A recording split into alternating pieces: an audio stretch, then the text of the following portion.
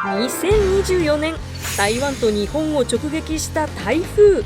日本では学校や会社に行くのか迷うところですが、政府から台風休みと発表します。台湾では台風休暇が。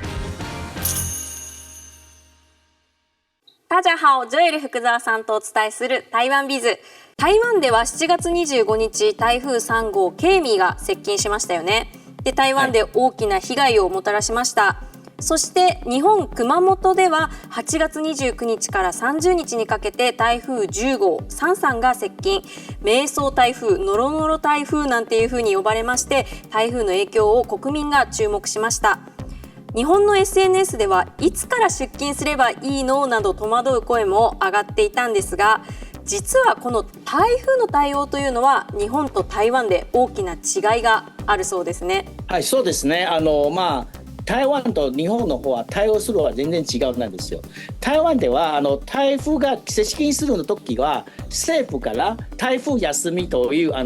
ことはね発表します。それで学校とかやっぱり会社とかもみんなはねそれで、休みのことがなるということがありますなんですよ。それはもう政府からもうそれで法律の設定がありますなんですよ。それ法律としては自然災害休業休校の措置法ということが考えしました。で台風が台湾に上陸するときは夜の10時くらい各地方自治体の発表するのこと各地方自治体の権利がありますんですよ。例えば台北市とか台南市とか高雄市とかみんなの、地方自治体の、リーダー例えば市長とか県知事とか台風の、休暇の基準として要するにその地域に4時間以内の平均の風速瞬間の風速が19以上ならばそれがやっぱり休むのそういう基準がそういう立ちます。その時がやっぱりみんなはね、次の日それで休校とか休業とかそういう発表がありますなんですよ。だから台湾人としては台風の休暇としてはとっても楽しみの人がたくさんいるんですよ。だからその時はねちょっとなんだっけボーナスの感じなんですよ。じゃあもうやっぱり明日休みだもうやったそういうことはね一番悲しいの方が企業のオーナーですから、オーナーの方がもうやっぱり涙出そうな感じですよ。台風休暇というのが台湾ではあるということですよね。そうです。それで面白いの方が台湾の広さはだいたい九州の同じぐらいですよね。で例えばもし長崎県がじゃあ台風休暇も、発表しましたんですけど熊本県また発表してないならば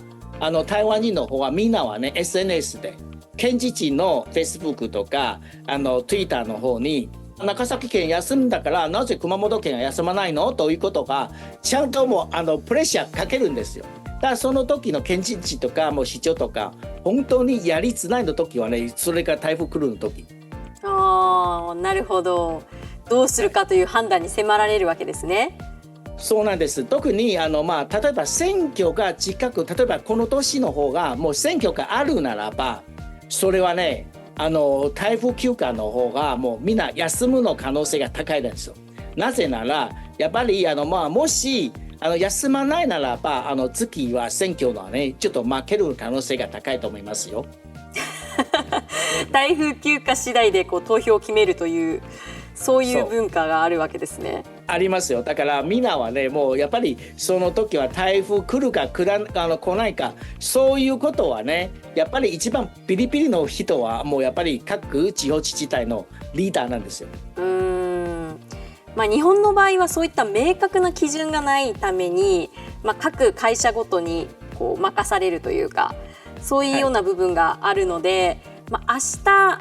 出社できれば出社してくださいみたいな言い方なんですよね。これがまた一番困るというか、出社してなければないでなんで出社しなかったとなるし、なんていうか微妙な判断を個人に任されるっていうところが日本の文化としてあるんですけれども、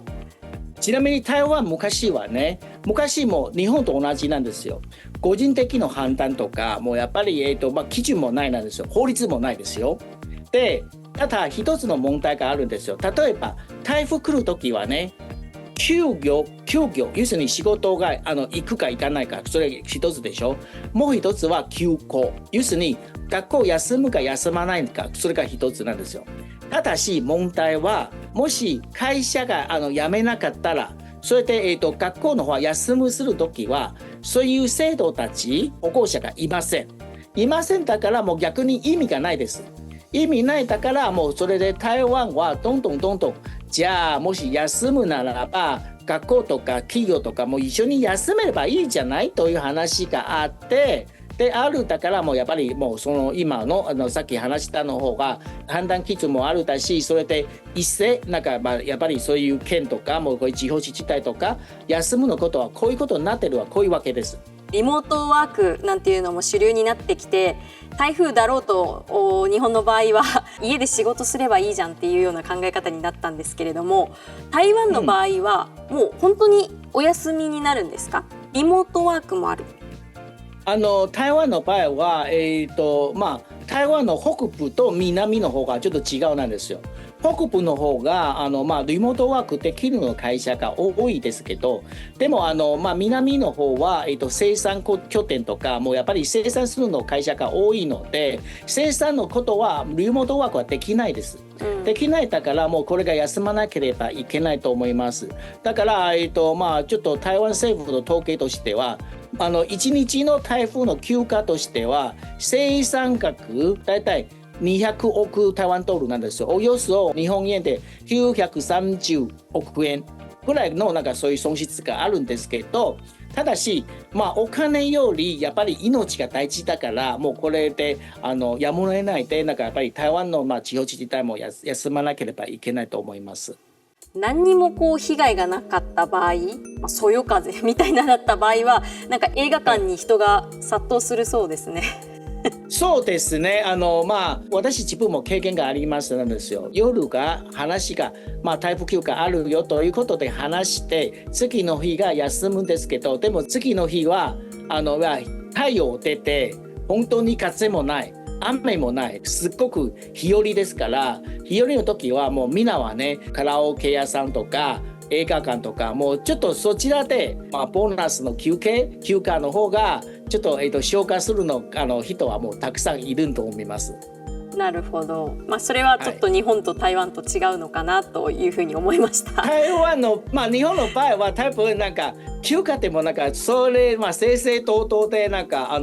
カラオケとか映画館行くの人はちょっと少ないと思います。ただし台湾の人はね、そのことは全然気にしないでもうやっぱりちょっと行ったんですよ。